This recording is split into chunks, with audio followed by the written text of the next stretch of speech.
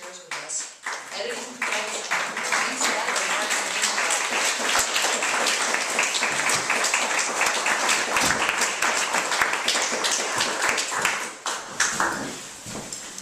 Can I help?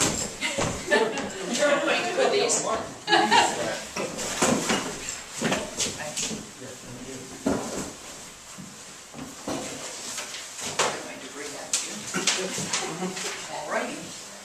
Thank you for that lovely introduction. I have to say that it is remarkable to go to a place for the first time and feel so at home as I do in Elmira.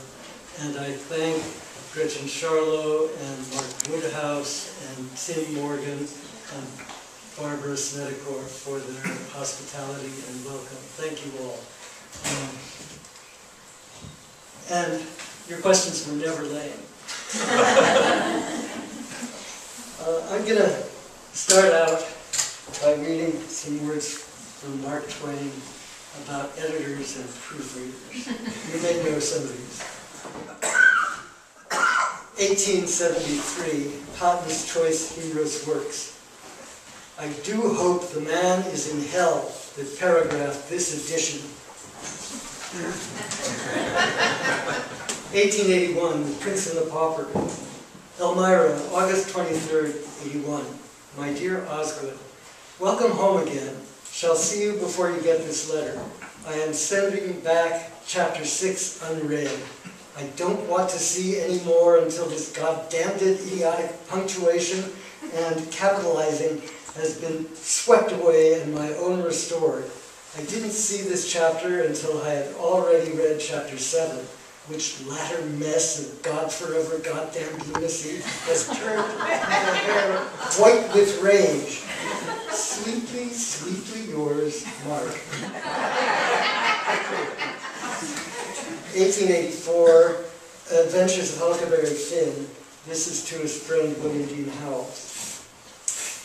I have no doubt I am doing a most criminal and outrageous thing, for I am sending you these infernal Huck Finn proofs, but the very last vestige of my patience has gone to the devil, and I cannot bear the sight of another slip of them.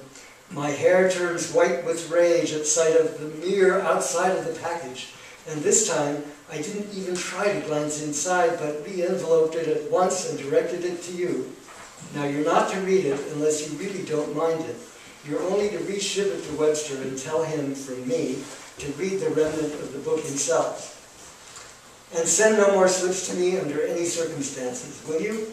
Blackguard me if you will, but I deserve it.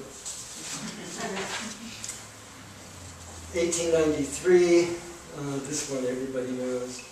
In the first place, God made idiots. This was for practice. Then he made proofreaders. So, given all of this, it is reasonable to ask what it is that the editors of the Mark Twain Project think that they are doing when they edit Mark Twain. And I'm going to talk a bit about that, but first I wanted to tell you a bit about the project, give you a little background. I have my stage business here is 2 pairs of glasses, one to see you and one to read. After Clemens's death in 1910, a succession of editors took over the papers. And essentially it was a one-person job, perhaps with an assistant. First Albert Bigelow Payne until 1936, and then 1937 to 46, Bernard DeVoto. Following him, Dixon Wechter until 1950. And then the papers went without anybody for a few years until Henry Nash Smith was appointed head of the papers. And then Henry retired in 1964, and really it was generally thought that the papers had been played out. They'd been pretty much mined for what was in them, and Fred was just going to be a curator for people who came to the archive and did research into Mark Twain's life.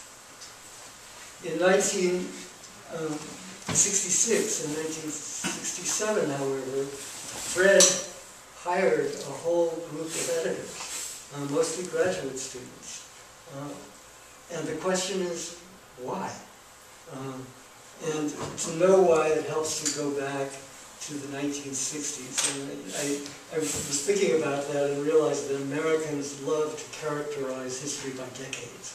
And when you think of the 1960s and you think of Berkeley or San Francisco, clearly it's social protest and drugs and rock and roll, and that had nothing to do with Fred hiring a group of editors.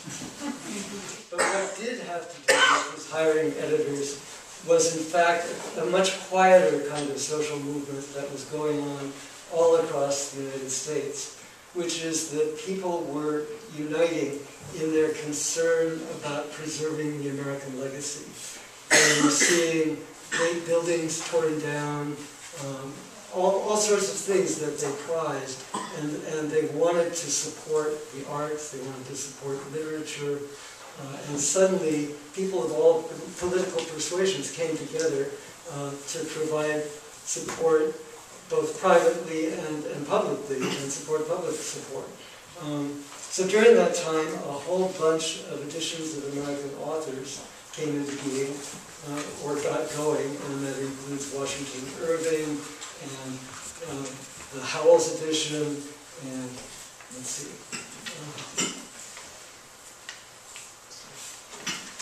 there were more. Hawthorne, Emerson, Thoreau, and so on, and Mark Twain as well, of course. And a group of professors were hired to edit the books, and what that meant really was for them to write an introduction and provide some notes. But someone was going to be needed to prepare the texts and add anything to the notes, correct the notes, and simply see them through the press. As it turned out, editing the text was much more complicated than anybody had thought of. And so that group of someones, which were the people that Fred had hired in 66 and 67, realized that our first assignment was to learn the principles of textual editing. And it was deep study. It was an amazing kind of education, one that continues to this day, because every new book, every new thing has a variant of whatever you knew before, and you have to find ways to solve it. So I'm going to talk about some of that, but I want to just give you a little bit more of the development of the papers first.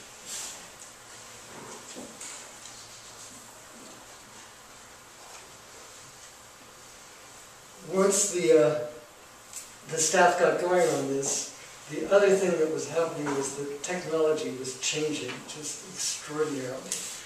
When I came to work in 67, there were no usable Xerox machines. We had manual typewriters and carbon paper, and if you wanted to reorder things, you either had to retype it or cut and paste it. I mean, it really seems antique, way a long time ago.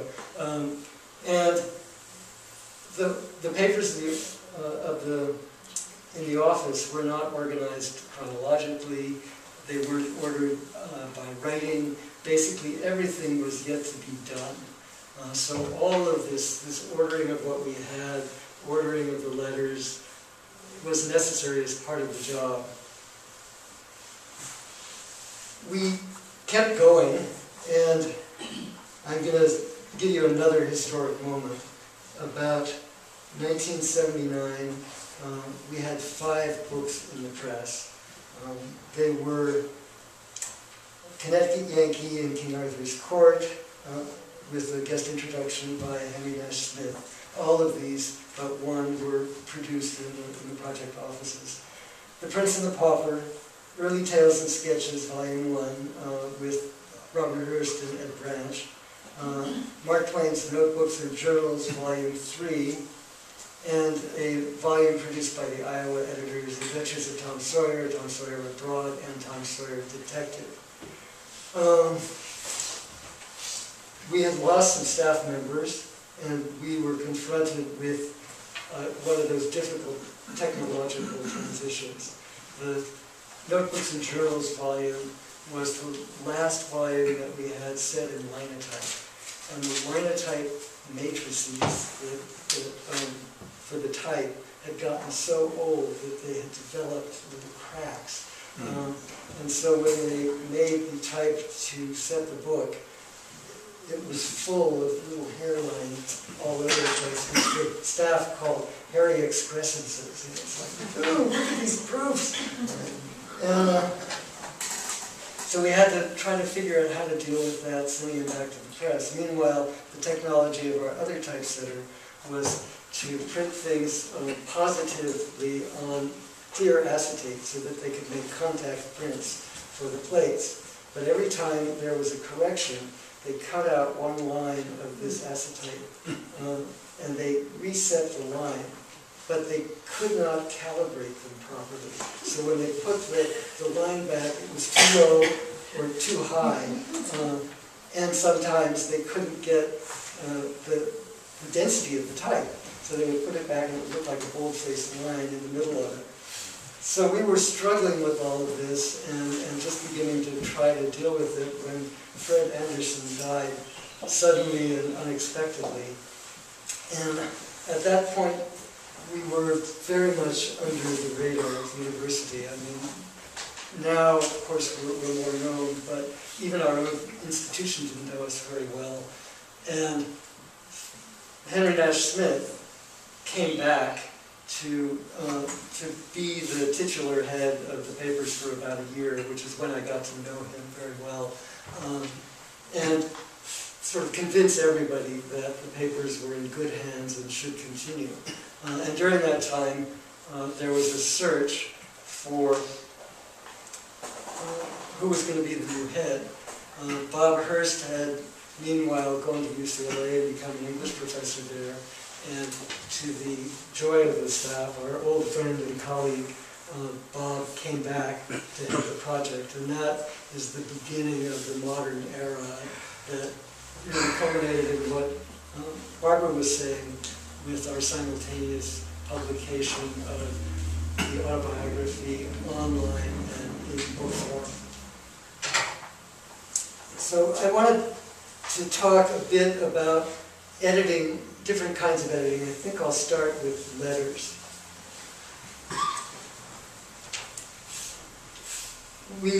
In editing Mark Twain's letters, I'm just going to give you a quick list of the kinds of problems that we faced. First of all, how much to transcribe.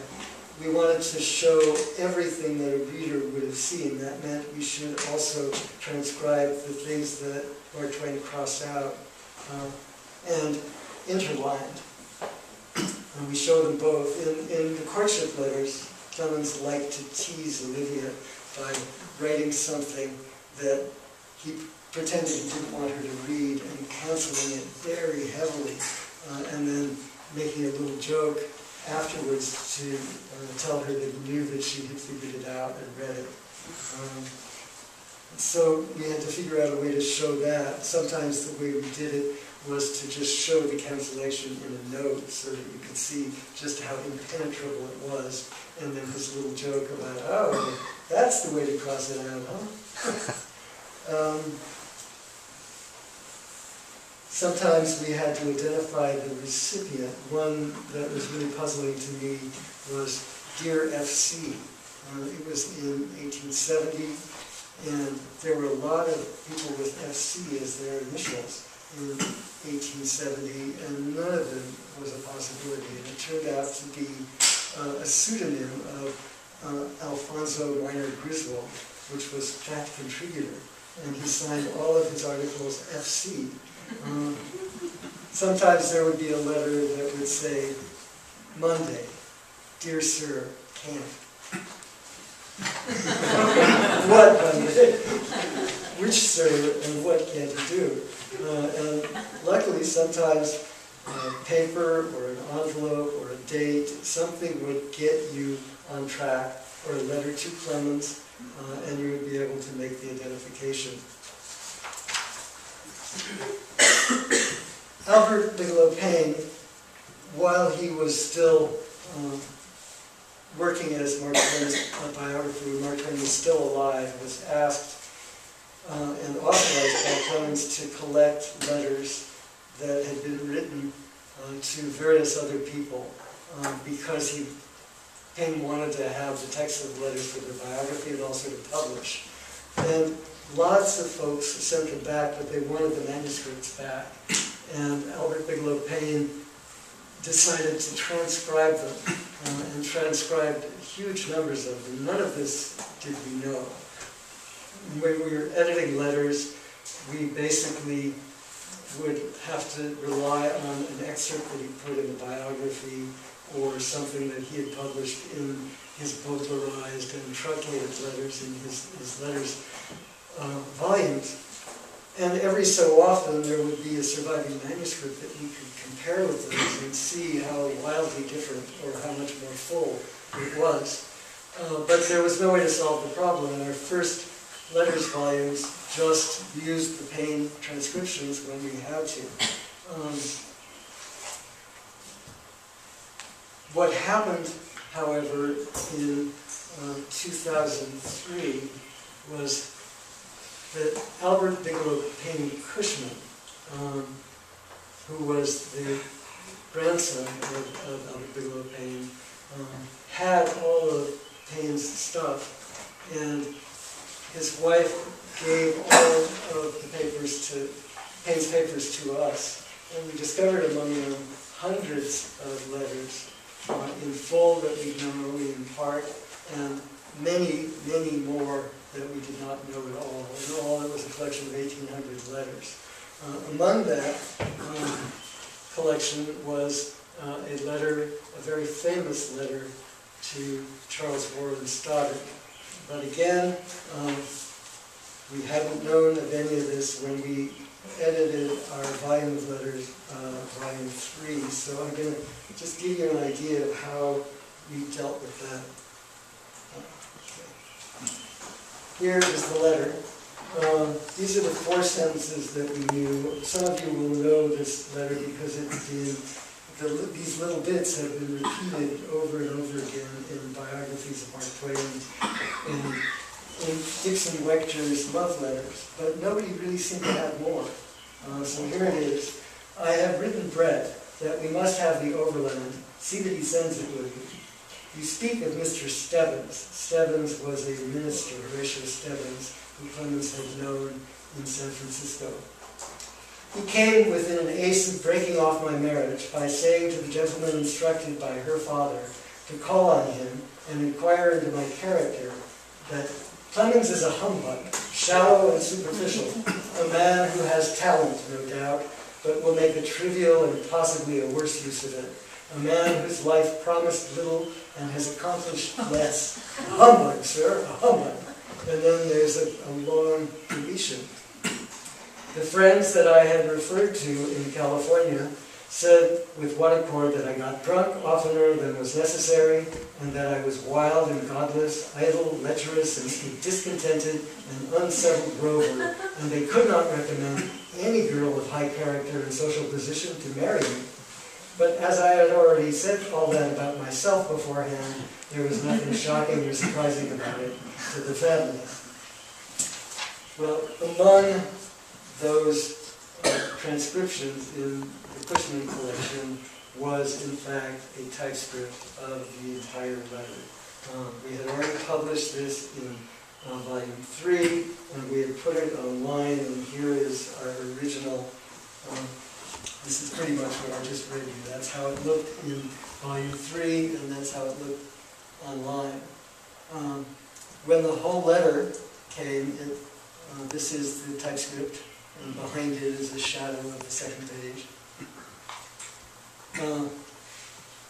We published the whole thing. And I'm going to read you the same paragraph with what was left out. You speak of Mr. Stebbins. He came within an ace of breaking off my marriage by saying to the gentleman, instructed by her father to call on him and inquire into my character, that Clemens is a humbug, Shallow and superficial, a man who has talent, no doubt, but will make a trivial and possibly worse use of it. A man whose life promised little and has accomplished less. A humbug, sir, a humbug. Okay, now here is the left out passage. That was the spirit of the remarks. I had forgotten the precise language. It was not calculated to help my case in an old, proud, and honored family who are rigidly upright and without reproach themselves, and would necessarily be chary of strangers who were deliberately pronounced humbugs by high-class ecclesiastical authority. And then, again, the sentence that was there before.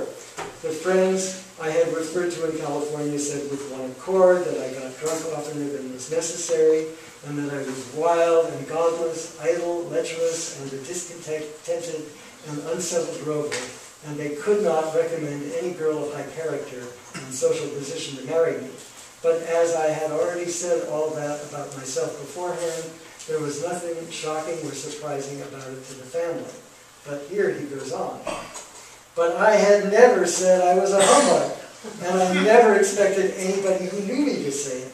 And consequently, there was a dark and portentous time for a while, till at last the young lady said she had thought it all over deliberately and did not believe it, and would not believe it if an archangel had spoken it.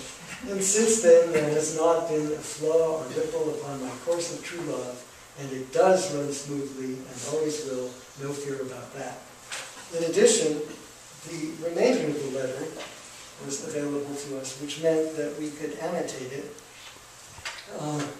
But given that we are a scholarly enterprise and that these letters have been cited and so on, we had to find a way to basically allow people to read the new without disappearing the old. You know, make new friends but keep the old. Anyway, two of our employees, Sharon Getz and Leslie Myrick, who have been very much in charge of the website and database, came up with, seems like, a very simple and elegant solution, but sometimes it takes a lot of work to come up with what seems like a simple and elegant solution. But their solution was, in fact, a toggle. Go back.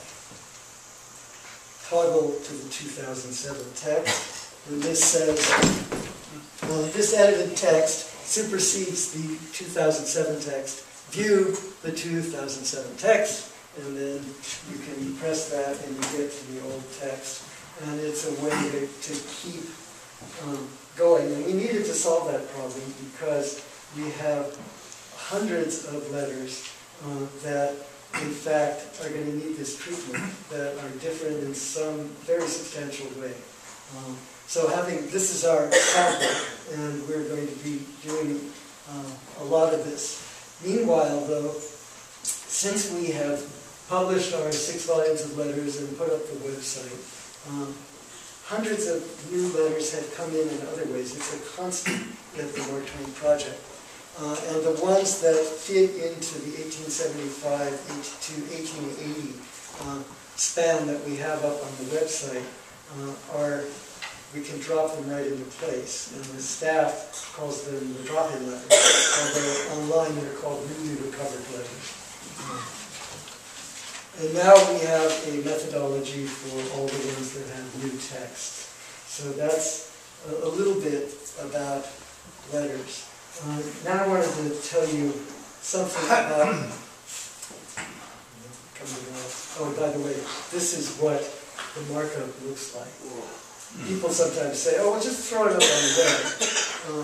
Unfortunately, throw it up on the web, somebody has to mark it up like this.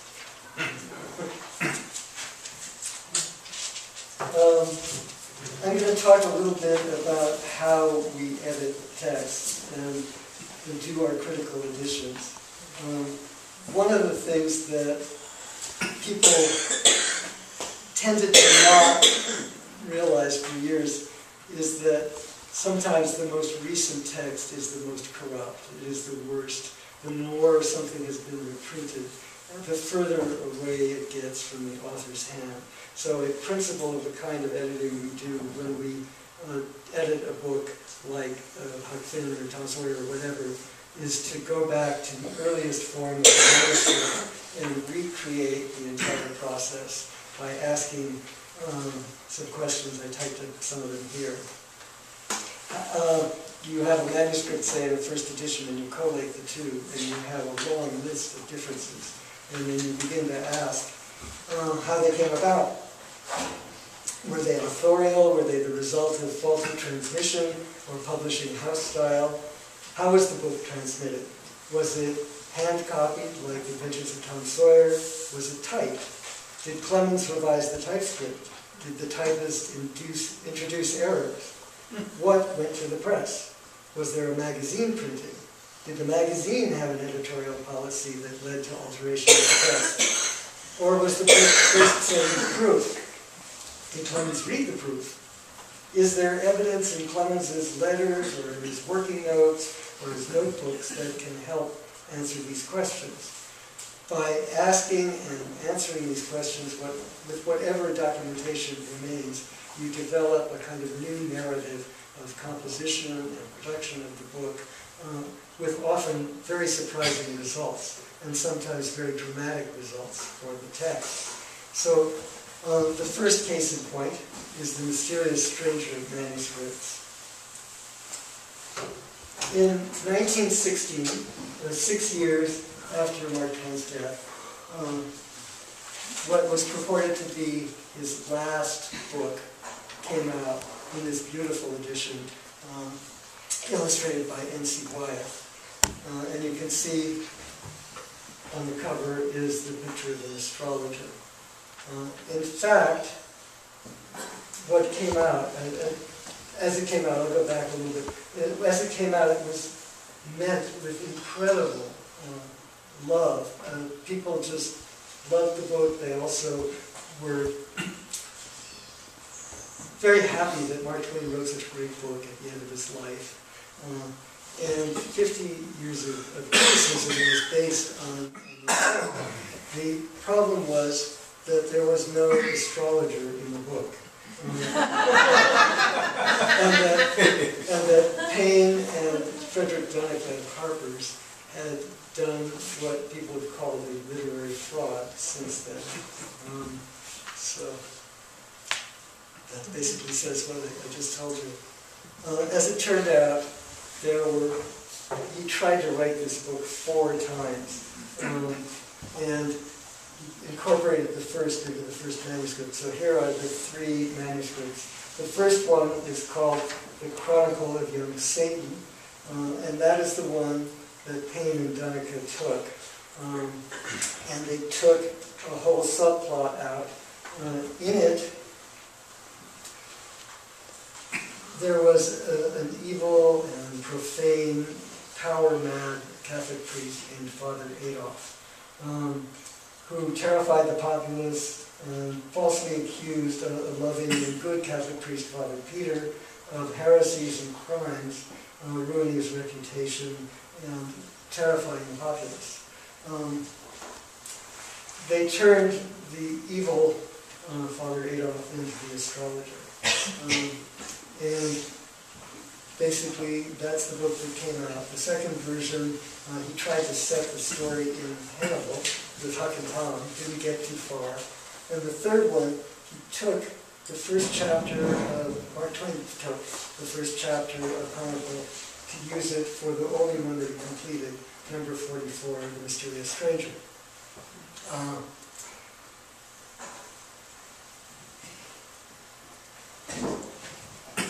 A little preview of Volume 2, the autobiography that we're working to finish now, gives an idea of how this happened. Mark Twain writes in one of his dictations, last summer, Mr. Dunnick wanted to look at one of these half-finished stories, the manuscripts that he had around the house, a story whose scene is laid in the Middle Ages. And in it, he found a drunken and profane Catholic priest, a spectacle which was as common in Europe 400 years ago as Dunnick's are in hell today. Of course it made him shudder, and he wanted that priest reformed or left out. So the thing never happened in Clemens' lifetime, And to give some rationale for why Dunica felt that way, that was a time of tremendous anti-Catholic sentiment. The Ku Klux Klan was very busy in the U.S. in the early part of the 20th century. So, for whatever reason, it was out, and Paine conspired with Dunica to edit the book that way. Devoto loved it, never questioned it, and not until 1963, when John Tuckey, some of you may have known him because he came to speak here, wrote a book called Mark Twain and Little Satan, which revealed exactly what had happened with these manuscripts and the editorial fraud that had been committed.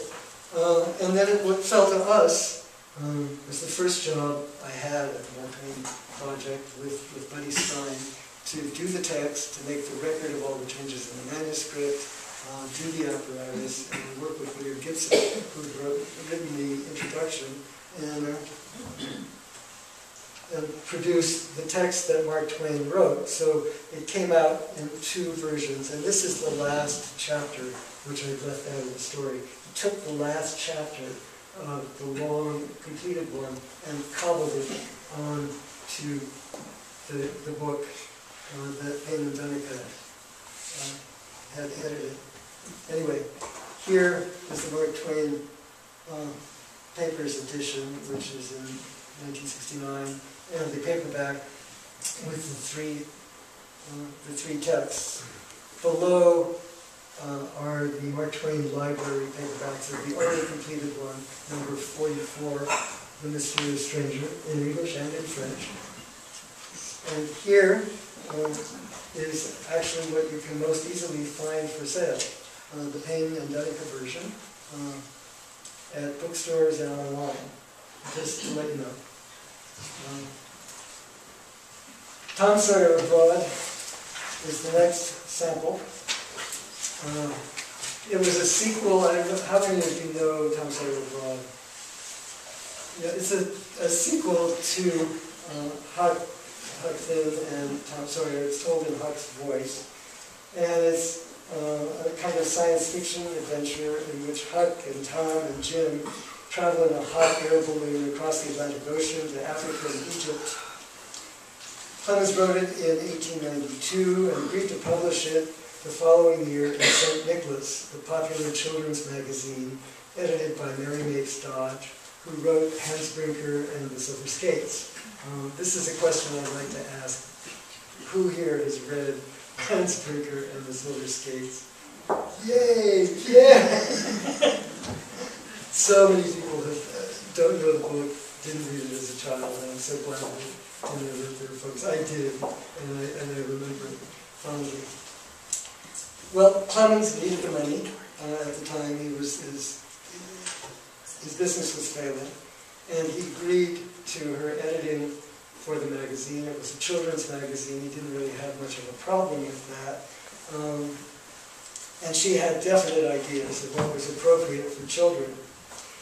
She deleted indecorous references to drunkenness, death, slobbering, sweat, sickness, religion, and cussing. The illustrator, Dan Beard, reported that she sent the illustrations that he had made back to him, saying it was excessively coarse and vulgar to depict Tom and Huck and Jim with bare feet, that he had been asked to cover their nakedness with shoes. And he wrote that he did so mentally asking the characters' forgiveness. While the book edition was being set, Clemens asked his publisher to use the original. Do not use the St. Nicholas version of Tom Sawyer.